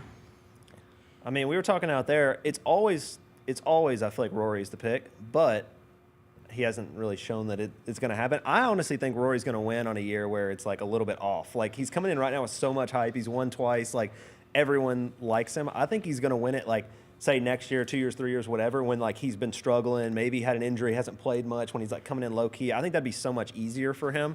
Because it's just so much stress. It's the only tournament probably that I would imagine that Rory gets that nervous in at this point. Like he has all the accolades you could ever want except this. So I don't know. The dark horse I like is just because my agent has him or he just got him like this year, and then I've been just kind of seeing him around. He's been playing. Daniel Berger I think is kind of the sleeper. Back in the mix. I think Daniel he's just a is- gamer. Like he just. Where is he at on the He's low. Oh boy. Yeah, he's probably real. Scroll them. I like Daniel Berger this week. That's my random pick. Really? Yeah. So, all right, how much do you pay attention to shots tee to green? Because, I went through this Kyle Porter stat the other day where it was like 10 of the last 12. In fact, let me pull this up. It was 10 of the last 12 winners have all been 1.7 shots gained tee to green. Okay. So how much do you pay attention to analytics? Not much, or a lot? I mean, some, but not. I don't like dive into it. Okay. Like I usually, like for myself, you pretty much know. Like I drove it bad, and yeah, you lost 2 shots driving. Like you pretty much can like usually feel that. Yep. But like with other people, yeah. I mean, I see all the stats like with The shots gained stuff. Yeah, the shots gained. So this is just tracking how much better you are doing at these things compared to your peers, Yes. right? And so everybody that has at least 10 of the last 12 has been 1.7 shots gained tee to green than their, which is really impressive. Than their peers. Leading the 3 months leading into the Masters, right? Patrick Reed was an exception. Hideki was an exception one time. The names on this list these are the ones that qualified this year: Morikawa, Rory, Scheffler, Joaquin Niemann, Shane Lowry, Tommy Fleetwood. I don't have any problem with any of those. But names. you can speak to how hard it would be to be 1.8 strokes gained better than everybody else. I mean, because it's always your strengths and weaknesses is always what it comes down to. Because my like chipping and putting, I don't feel like has even been that great this year, and I'm like gaining strokes in both like a good bit. Like I don't know what I am around the green, but like 30th in putting, gaining 0.8 around or something like that. Where guys like Colin probably have like an off week with their irons and they still gain. Where like I feel like I have to have like a good week to be right around average. You know what I mean? So it's like a lot of strengths and weakness, but like a course like this, like really hard courses. Colin's number is crazy. It's 2.6. Yeah, that's crazy. Tee to green. That means so. What this means is if we're all playing a round of golf, on average, he's 2.6 strokes better at getting it to the green than the average tour player. Dang. Yeah. So he's crazy. gaining. I mean, so he's gaining 10 shots, 10 or 11 shots in a tournament just before he gets to the green. So I mean, if the average is you just got to putt like. Yeah, average. Putt average, yeah, which is sometimes like harder, like easier said than done, depending on how people's games are and stuff. But yeah, in the same way, which you can gain more probably like that, he's gaining 10 shots. It'd be really hard to gain 10 shots putting just because, like, everyone's kind of making the same stuff. You can make putts and stuff, but if you're just hitting it 300 right down the pipe and hit 10 feet every hole, like, you're just gaining because every hole you're just gaining a little by a little, like over people that are hitting it in the first cut, then to 40 feet and stuff like that. But it's tough to tell. But for the most part, like I said, you can kind of feel those stats. Like those are the guys that have just been playing great. Sure, yeah, I know there's a lot of people that roll their eyes and go, yeah, the guys that are hitting the ball the best are the ones that have the But I mean, but the numbers do a lot of times. They're like, 14 of the last 15 have been at least this threshold. But Fleetwood's the only one he always plays good, but I actually didn't know he would have been on that list. So that's interesting. Daniel Berger is 125 to 1 to win it, by the way. I like Daniel Berger. Let's throw a little $5 bet on that. I'll throw a little $5. Don't get irresponsible, Roser. What can we get him to make the cut? Let's see if we get him to make the cut. I got you. Hold on. Give me a second. I've already put a couple. I got a little top 20 parlay of John Rahm and Colin Morikawa. Oh, God. Here we go. Sounds like he just randomized these. Yeah, he just randomized. Yeah. Just guys that he likes. I always take Brooks. Yeah. Oh, yeah. Brooks Koepka always. He does not have any odds to make the cut. Who? Interesting.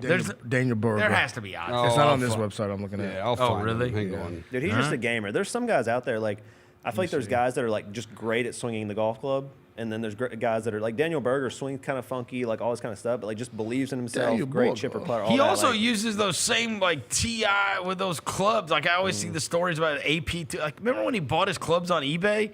I don't know if I've seen that. Oh yeah, that's old clubs.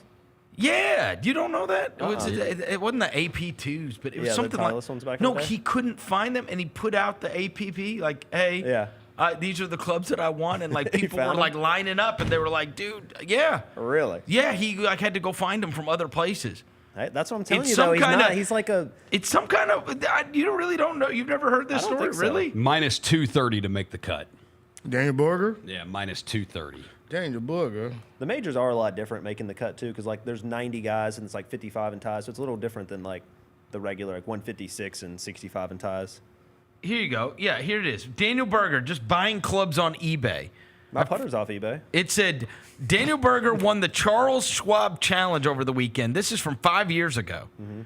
And it said Daniel Berger became an equipment free agent despite having newfound flexibility and test any set of irons on the market. The 26-year-old went back to his tailor-made MC irons that were first released in 2011. And he said he had bought 3 sets, and then he went back on eBay to go find to see they're all if different. somebody still had them. Dude, they say that 2011. Like, all the companies too, like obviously they do as good a job as they can, but every club is different. Like they can spec out a driver exactly the same every number, and it just doesn't feel the same. And like maybe it's mental, maybe it's not, but like and then they'll give you another one, and you're like, yeah, this one's perfect. Like it's weird that. Like probably with those, like it's probably at least like 50% mental. Just like he played well with those and likes those and all that. But when I was looking this up, did you say? Did I catch that right when you said you bought your putter on eBay? Yeah, I bought mine when I was 12 years old. My grandparents bought it for me off eBay for Christmas, and my parents paid, or vice versa, for it to send it into like Scotty Cameron and get it like customized and everything. It was like $300-something total, and I've used it. Haven't done anything to it other than like change the grip and stuff since then. You have had the same putter since you were 12 years old? Mm-hmm. You were locked in. What the heck? Yeah. Really? Dude, I think. Have you ever changed? I've played maybe 4 tournaments total with a different putter, so I've pretty much used it the entire time. But you never blamed the putter? I mean, that's kind of the positive. I do it every round. You've cursed at the putter. I have cursed. Do you know how many times I have taken? I have 50. The positive. Every time I play, I go. You know what? I'll be able to make a putt if I use the spider, or I'll be. I got to the point. I got one of the broomsticks. Yeah. I've got them all. Who's used it? Was it Bernard Longer? No, it was Lucas Glover. Lucas Glover. Do you look down on people that use them? Of course he does. He hates that. I think it takes like the skill out of it. It makes like bad putters average. I think that's unfair. Thanks. Yeah, there you go. It did. I'm back to my Scotty Cameron. I just think it's the only like thing in the game that can take someone bad at something to decent. It's like if I suck with driver, too bad. Like there's no like gimmicky fix I can do. I don't know. See, gimmicky guy over here. Gimmick guy. You can bulk up like the Shambo. I disagree with you because as soon as I changed to my ping driver, now I can drive the ball. I think dude, these drivers at Fairway Woods now, they're good. You've got to like you got to really not hit the ball on the face well at all for that thing to get sprayed out. Yeah, because really good. I mean, they say whatever the whole surface of it. If you just hit it somewhere on the face, not only does it go far, it goes relatively straight. Yeah, that's it. Makes it like it almost makes it changed harder. a great deal. It almost like not harder because it is easier to hit it, but now everyone's hitting it good. So like you have to hit it 330 down the middle to even be like. That's what I was saying. Like with the strokes gain, like if you hit it 280 down the middle every hole, you'd just be losing strokes every hole, even if you're hitting the fairways. Because like guys like Minwoo are hitting it 340 in the left rough, and they're having a lob wedge in. So what's your schedule like now? What do you got after? Obviously, this is the first major that's taking place this weekend. Will you hunker down like all of us and watch the Masters? Yeah, I'll watch it. I'm leaving Sunday to go to Dominican, but I'm going to the game tomorrow here. Dominican. Then I'm going to. You're going to go to the Grizzlies Wolves? Yeah, that's gonna be a big one too. Is Edwards playing for sure? Yeah. He is. He said it's the biggest game of the year. I saw he got hurt like a week ago. I didn't know. No, he said it's the biggest game of the year. No, he came back. He came back in that game. Then he got hurt. He's freaking awesome. Hey, Braden's been he's got his bona fides as a real hardcore Grizzly fan because he's been texting me, bitching at me over the last. When we went on that swoon, it was breaking his heart. And I texted back and I said, "Bro, just make the cut so I've got something." I said, "Brent Rooker's already hit 3 home runs. I need something to be happy about." You were upset I was not here last time. Thank you. Don't drink that. That's nice. Don't drink that. It's even cold. He gave him a Dr. Thunder. Don't drink that. We got a couple in the fridge still in there. A Dr. I Thunder. do not want to be the 8 seed and play the Thunder. So. I do not either. So you're I gonna. don't really know what seed I want us to be. None of the 7 options are great. 7 is probably the best option, Houston? and that's yes. Because at least they don't have playoff experience. Right. Yeah, they're all good. I don't really like. They're any all of them. good. We don't want to play anybody. Thunder, I think you Lakers, could play like Steph or Warriors. LeBron and actually have like a I highlighted series. think the Warriors would probably be the most fun. It's just crazy. Can't we still finish like 3-8? Yeah. And there's Not 3. games Not left? 3. Lakers are going to get 3. 4 to 8. But technically, I'm saying. Yeah. That's we get why, to 50 wins. Is it ever like that? I mean, this is this has been the craziest year in terms of Which is that why many the teams play-in, I think, jumbled is- up at the same exact. Where the tiebreakers are really got a great chance at deciding Well, the play-in's it. cool because it would be boring if it wasn't because they're just 8. Like 8's clear of 9, so it is nice That's that right. like that 6, 7, all that matters. That's right. So that's pretty cool. So But yeah, are you going to a tournament in the Dominican? Yeah. What is it? What is it's that? Off. There's like the Heritage is like the elevated event. Yep. The RBC. So that's Dominican and then Zurich, playing with Hayden Buckley there. Is that New Orleans? Yep, New Orleans.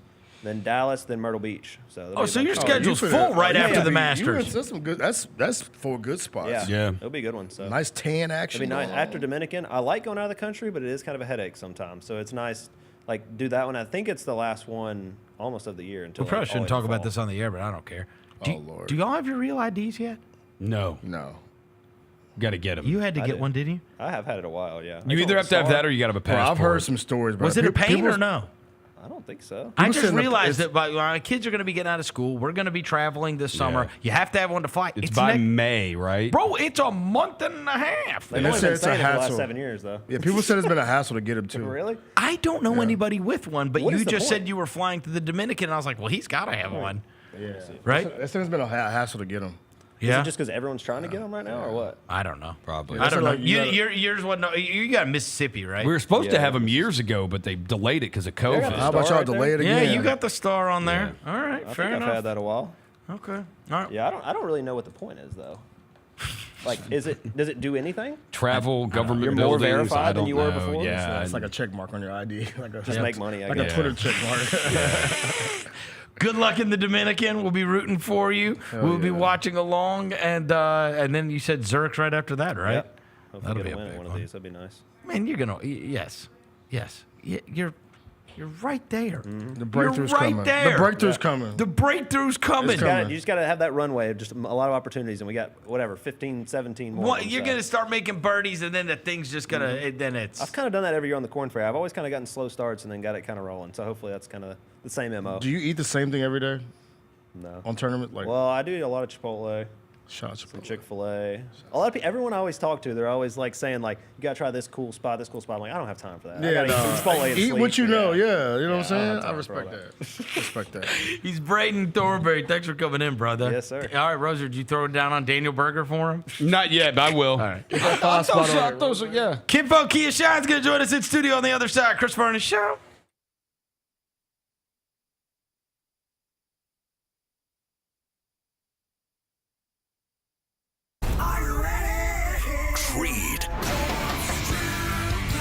overwhelming demand, the Summer of '99 Tour returns. July 27th, FedEx Forum. With special guests 3 doors down. And Mammoth WVH. Tickets on sale now at livenation.com. Creed returns, the Summer of '99 Tour.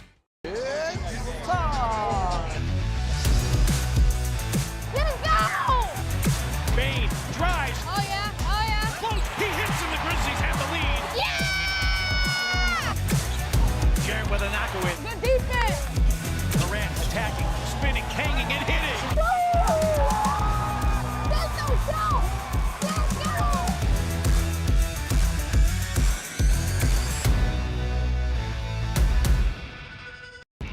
When it's all on the line, you turn to the strong, the stable, the unwavering. To those with a history of raising their performance, to meet the moment. It's true in basketball. It's true in banking. Grizzlies checking from Pinnacle. Play hard, bank easy. Open a Grizzlies checking account with at least $100 and a recurring direct deposit by August 31st, and you could receive a $200 direct deposit bonus into your account. Details at grizzliesbanking.com. Member FDIC. Thanks for showing up, Memphis. Nothing beats catching your Grizzlies IRL, and nobody knows that better than you. So next time you want to hit up a game, Ticketmaster's got your back with tickets to every upcoming matchup. Whether you're catching the Grizzlies at home or on the road, you'll find tickets at Ticketmaster, the official ticket marketplace of the Memphis Grizzlies and the NBA. Keep putting that jersey collection to use and get Grizzlies tickets today. There's no better brag than saying you saw it live. See you courtside again soon, Memphis. Yesterday was the talk of the town. It was a cow on the side of the road. Do you live close to a movie theater? I'm just curious because maybe the cow was trying to go to the movies. Tune in to the Jessica Benson Show with CJ Hurt live every weekday at 8 a.m. on YouTube at Grind City Media and the official Grind City Media app. Can't wait. It's time to get it popping. It's gonna be crazy. The fans are gonna be loud. We need just energy.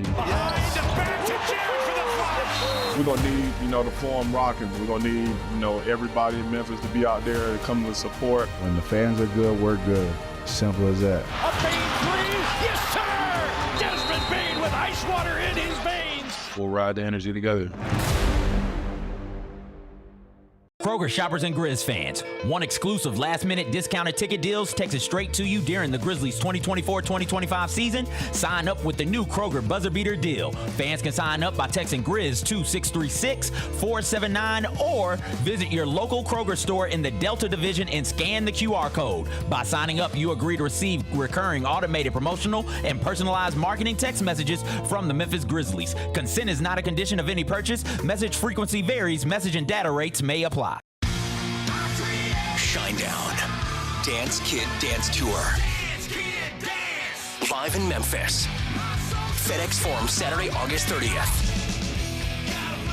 With special guests, Bush and Morgan Wade. Get tickets now at livenation.com. Shinedown, live in concert. For more, visit shinedown.com. Grizzlies fans, dunks, dimes, and no-looks are great on TV, but nothing compares to catching them IRL. And that starts with buying tickets at Ticketmaster, the official ticket marketplace of the Memphis Grizzlies and the NBA. Ticketmaster gets you to the game so you can catch every highlight in person. From seeing your favorite Grizzly stars up close to hearing the squeak of the sneakers on the hardwood. Put that jersey collection to use and get tickets at Ticketmaster. There's no better brag than saying you saw it live. See you courtside, Memphis. Debo traded from San Francisco to the Commanders for a 5th round pick. There's no other sport where you would get a player of his ilk for a 5th round pick. Over under total yards for Debo. If they set it at 1,000. You think he hits that over? Total yards? Total yards from scrimmage, total yards. Yes. Okay. Yes. The Odds Couple, live at 2 p.m. on YouTube at Grind City Media and the official Grind City Media app. Welcome back to the Chris Vernon Show on YouTube at Grind City Media and the official Grind City Media app. Now, back to your host, Chris Vernon. Just be cool. Throwing dead presidents. Look alive. Party is the evidence. It's a vibe. Celebrating excellence. All right, we're back. Chris Vernon Show. All right, we talked about how we got this monster game that's coming up tomorrow night at FedEx Forum with the Grizzlies playing the Timberwolves and playoff seeding on the line. Also, in conjunction with tomorrow night's game is another 191 Collabs night, the last one of the season. And local legend Kinfolk Kia Shine is here. Chris P. also here with them. Yeah. And they've got the 191 Collabs going on tomorrow night. All right, thanks for coming in, man. Man, thank you for having us. First of all, let me say I'm a fan. My you man. Know what I mean, like I love your show. Love what you guys do up here, man. You know what I'm saying? So, just glad to be able to What a liar. be here. I know, You know what I'm right? saying? I know, Yeah. no, he a legend. He a legend, man. Hey. I used to bump his music when I was in middle school. It's crazy, Does right? that make you feel old? No, the goal is to get old. You know what I mean? But I'm timeless. You know what I'm saying? I'm Yeah. like, you know what I mean? I'm timeless. So, All I'm cool right. with it. Strictly Grizness. No, Yeah, standing on Grizzlies. Standing on Grizzlies. Yeah. The socks you have. The cool thing about those socks is that you see the bottom of them. They're actually the word gridness. You follow? It's a bigger meaning. You follow?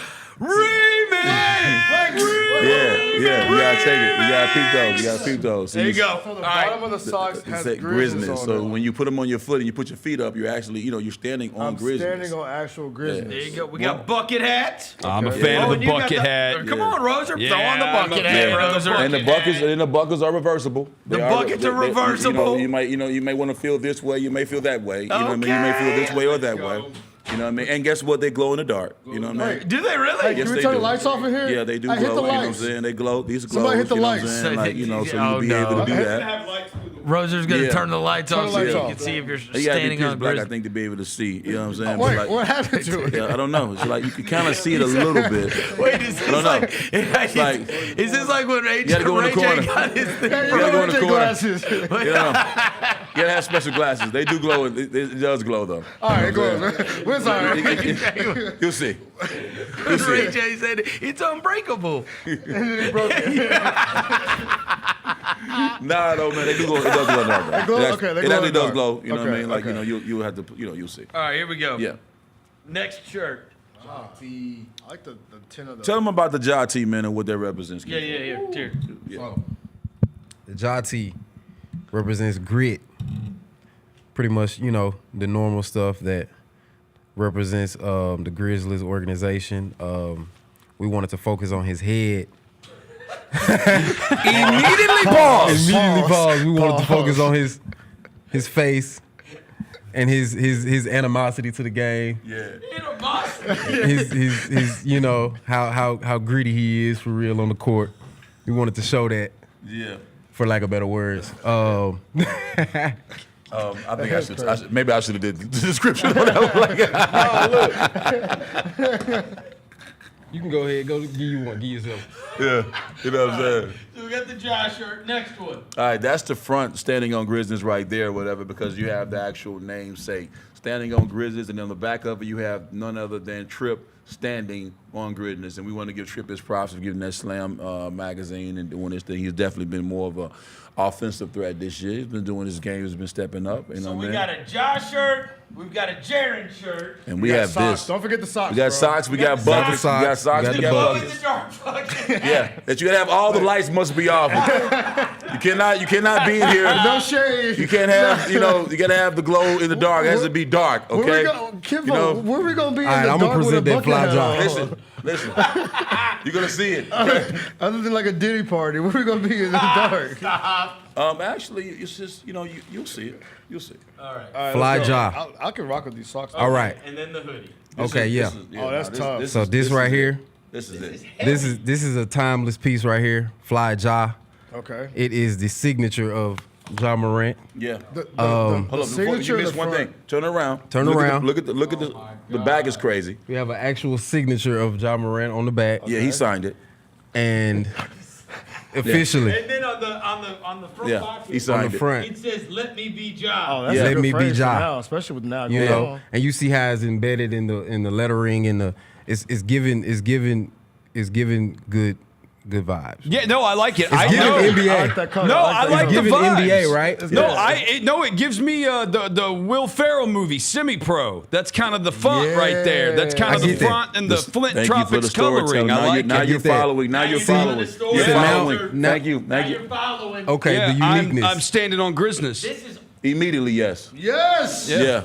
You're standing on Grizzlies. this is super heavy. Is it? Yeah. Yes. About to get hot outside. Let me see that. Well, you know the YNs. You know they wear the He said the YNs. We got the school.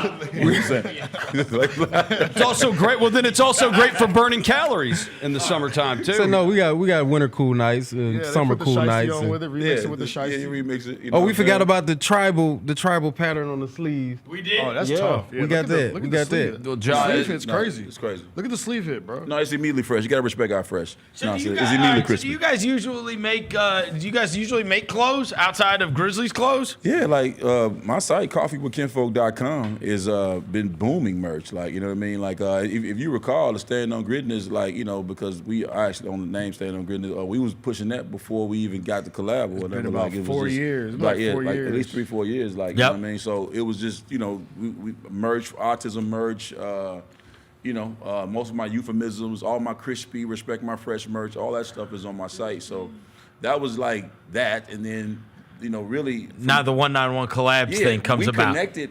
That's why I think the collab is dope, because it's like, okay, first of all, one is too close to none. You must have multiple brains working on your situation. You know what I mean? If you want to really get something done. Even when we're talking about movies, when you come into movies, you got your script, but somebody writes your script. You know what I mean? If you're producing, somebody's rapping, it's collaboration. I reached out to Chris because he was a dope designer. You know what I mean? And I was looking to make a design for the Standing on Grizzlies, and we collaborated and created something crazy. And then I didn't even know his name was Chris P. You know what I'm saying? Which was like, okay. Perfect. Like, it was meant to be. It was destiny. So Chris P. You know what I'm saying? Like, do it. Tuesday 50. Like, you know what I'm saying? Do it, Devin. It's so crispy. Yeah. And then get with me. Yeah. It's so crispy. Yeah. I'm so crispy. I'm shining hard. And so it was. Oh, hey. So it was destiny. You and Chris P. Yeah, me and Chris P linked up. It and was it's meant like, to be. Yeah, like. Hey, that rhymed. That's a bar. I'll give you half a bar for that. But this guy's a very talented designer, and I think that it's like very important that if we're going to make merch for the Grizzlies and it's going to be made by the home team, these people that are from Memphis that can understand the culture and to be able to create something that is in the right now. Like, one thing you did mention about the Josh shirt is like, the youth is wearing the shirts that have the big faces on them. Look at the hoodie I'm like, wearing. It's like that's a trend. You know what I mean? Cole on it. Yeah, we wanted to be able to create something that would collab, that could be able to be worn. You can rock the hat with the socks. You know what I mean? We want to make something that was like dope. And I think all of us can agree that the Vancouver color wave is the wave that the fan base loves. So we wanted to be able to keep that going. And you know, the humidity is going to be here soon, so we got something to block the sun, you know what I mean? And also these hats are bigger than just the regular bucket hats. They're like, you know, for those of us with locks, they just are bigger. You know, because sometimes you can have a bucket hat, but it's tight. You know what I'm saying? Yeah. You don't. So you know, exactly. Pause again. That's crazy. Paul's Worthy Jr. That's crazy. Like, He's on it. Like, look at this guy. That double pause. Hey, what's the phrase I know the phrase you used to use every time we got a dub? Roser looks like an asshole. Yeah. He looks like a gardener. Tell him to take it off, or else you're gonna ruin your sales. He looks like I know what you did last summer's killer. I put my sprinkler down in my yard. He looks like you do big dandelions. I can be swagged out and go fishing too. No, stop. But we're not gonna go fishing. Let's not even say that. We're not doing that. We're not going fishing. No, we're not. No, we don't need to go fishing, Roser. Don't say anything about going to fishing. That's because, right. as you were saying, Yes. M M-Town. upside down. It's a W. It's a W. Yes. Hey, Listen to him. And listen, that's the first bar that I rap on the song that I have called "Standing on Grizzlies." We have a song. Where do I find this song? Song will be available. Guess what? Tomorrow night. It drops. On Spotify? Everywhere. We got a music video for it? We're shooting a video now. When you look at the Grizzlies' last post. Hold on, time out. Are we in a music video? Yeah, we're in a music video. Hey, where the cameraman at? Where are the cameraman? I was going to be in a music video. Yeah, he's filming it right now. But the name of the song is "Standing on Grizzlies." Yeah. Look at the Grizzlies just posted. Shout out to Darby. She just posted the clip. This is like a teaser of the song in the video and all that or whatever. So you're performing at halftime? Yes. Yeah. Are you performing my favorite song? We're performing "Standing on Grizzlies" at halftime. Oh, okay. You know what I mean? And then that's your new favorite song. But me, Al Capone, and my guy 2 Cent, the Wrong Pain. But we also are Al Capizzi. Oh boy. We're doing a pregame show too. So your favorite song will be in the pregame show. Which one? Wow. I'm doing a halftime too though. Let's go. Yeah, I'm doing Wow at halftime. Respect My Fresh pregame show. Stunner Frames. Pregame show. Yep. You know what I'm saying? What else we got? Love City Classic. Pregame show. Okay. Yeah. All the pregame. And we're doing it with a live band pregame show. So that's why get to this game. It's a late game, right? Yeah, 8:30. So 8 o'clock, we're going to be doing a pregame show. I think 7:50, 8 o'clock. So like. And then you're performing at halftime as well. And then halftime. You know what I mean? And I'm going to be the guy. I'm meeting everybody out front. I'm going to be sitting right out front. When you get there, I'm going to be a bullhorn. I'm going to be selling merch. I'm going to be bringing people over to the side. Chris got one side, I got the other side. We're going to be bringing people over. There's going to be like a little detour when you first come in the game. When you show your tickets, you're going to be ushered into the store, the Grizzly Den. What's taking up the majority of your time? Acting now? I'll drop something on the show, let y'all know something real quick. So there's a popular show called P-Valley. Oh yeah, season 3 of P-Valley is on the way, and I have a recurring role in P-Valley. Okay. And I also. Where do I watch it? Where do I watch P-Valley? It's on Stars. Show. And I'm also. Don't watch it with the kids. Yeah, don't watch it with the kids. Okay. It's don't not. watch it with the kids. Please don't watch the it. P stands for something nefarious. Yeah. But you know the show is the show is written by Katora Hall. She's from Memphis. But you got a recurring role in it. And I got 10 songs on it too. I produced 10 songs, wrote 10 songs. Oh, that's dope. First, so that's happening. Can I ask you about something real quick? So you brought up writing songs. Best I ever had. Oh, Drake. What's that story like? How did that come about? Because that's like one of the biggest Drake. You're on ever. you're on the credits as a writer. Yes. Basically, the song "Best I Ever Had" came from a song that I wrote for Lil Wayne called "Do It for the Boy." When I sell beats, I come with beats and hooks. So I'm in the studio with Wayne. I give him this beats and I give him the hook. This is when Wayne is a Millie Wayne. Like, you know what I'm saying? I'm like, this is the That's hook. mixtape Wayne. Yeah, The GOAT. I'm like, so this is we can do it real big, bigger than we ever done. I'll be up on everything. The other niggas never. So just do it for the boy. Do it for the boy. That's the song I give Wayne with the hook and the beats. Wayne takes it, puts it on his mixtape. I'm not tripping. It's the mixtape Weezy. He's got my song out there. He gives me my credit. I have a good relationship with Wayne. You know what I mean? We've known since 2002. Drake takes we can do it real big, bigger than we ever done. I'll be up on everything and makes Best I Ever Had with it. Okay, this is not a mixtape song. This is a #1 record that everybody knows. I have to get my credit for that. I get my credit for it, and it's like he's like, "Oh, this dude Kia Shine is lying." I'm like, "Bro, no, I'm not. I'm actually didn't even let anyone know I had credit for this award for this song until I won 5 BMI awards." And they're like, "What you win these awards for, Shine?" For having a co-writer the Drake record. It goes viral. He goes viral, and now Drake says I'm lying, and his whole fan base believes I'm lying. And I'm like, but I just got the check, and the check was the best I ever had. You know what I'm saying? Like, what That's do I a mean? bar. You know what I mean? But That's a bar. You know, and then that's when the music industry became like. Why was he fighting about that? Because he's young and he didn't understand that if you sample someone's work, they're gonna get a co-write on that song. You think you're sampling Wayne, but Wayne is not a hook writer. Wayne does bars, verses. Wayne doesn't do hooks. You know what I'm saying? I can't remember. Probably 15 years ago. Yeah. I hung out one night, all night with this guy at the High Tone, Nate Walker. Yeah, Nate. You know him? Yeah, no, Nate. What's up, Nate? And he moved. Yeah. He moved. I think he lives in Atlanta or something. Whatever. He wrote Blame It on Alcohol. Blame It on the and then they found it and then used it, and then they had to go track him down and find out where it came from. But I mean, nobody even knows. He was a Memphis guy. He's a Memphis guy, but nobody even knows who he is. Yeah. But they had to find where this came from because Jamie Foxx wanted to use it on his album or whatever. Yeah. And it ended up becoming like, it changed his whole life. Yeah. Massive hit. That Drake is at 5 million sold. You know what I mean? And it was just, but it was his first hit. And I think, when you're a rapper, you want to be known. But why go out of the way to say you're lying about it? Because at that time, why did he care if you said, because he's probably dealing with the ghostwriter accusations or whatever. And if people think you're a ghostwriter, he's just like, nah, man, I can't. He doesn't want to be known for that, only to find out later on in life. Right. Quinn Miller, shout out. That he doesn't have a ghostwriter. He did have a ghostwriter and all that or whatever, and that's what happened. And I guess that's been exposed now. But I think then it was just young and he didn't know, and it was I just had to have thick skin and be like, okay, cool, whatever, and just keep going because I know what I did and I got the credits for it, and I just had to stand on Grizzlies. Stand on Grizzlies. On it, you know what I mean? All right, so now it's acting. You've already filmed this P Valley thing. That's going to be done. That's coming up. But I've done Superfly. I did Red One, which was with The Rock over Christmas. That was a big holiday movie that I had a part in. And The Rock is the dude. You love him. Love The Rock.